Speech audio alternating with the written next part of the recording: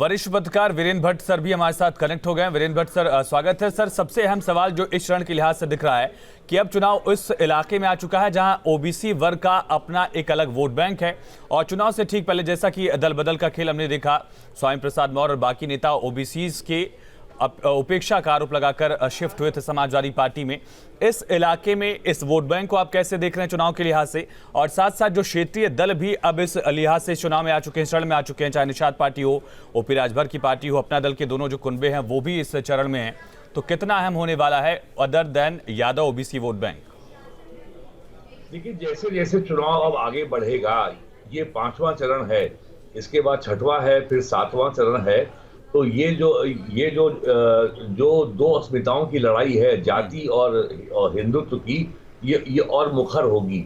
और ये ऐसा क्षेत्र है जहां से स्वामी प्रसाद मौर्य और दारा सिंह चौहान, योगी सरकार के दो प्रमुख अति पिछड़ी जाति के, गैर यादव जाति के जो दो मंत्री थे जिन्होंने इस्तीफा दिया था, और जब जनवरी में इनका इस्तीफा हुआ था तब इस बात का से बहुत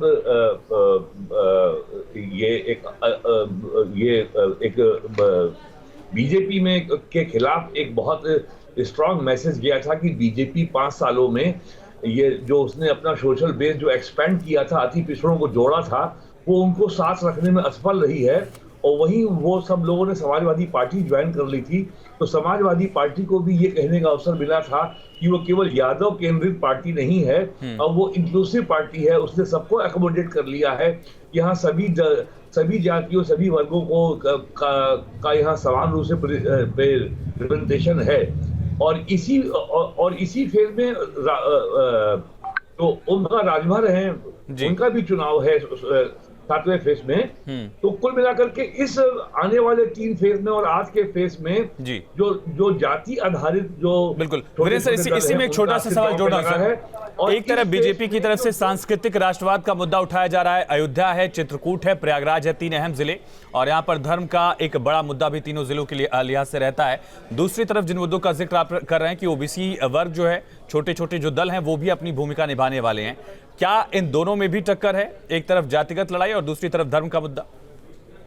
ये दो अस्मिताओं की स्पर्धा है, एक जाति पे आधारित अस्मिता है, एक कास्ट बेस्ड आइडेंटिटी है, और एक हिंदुत्व है, हिंदू नेशनलिज्म है, या रिलीजन बेस्ड आइडेंटिटी है।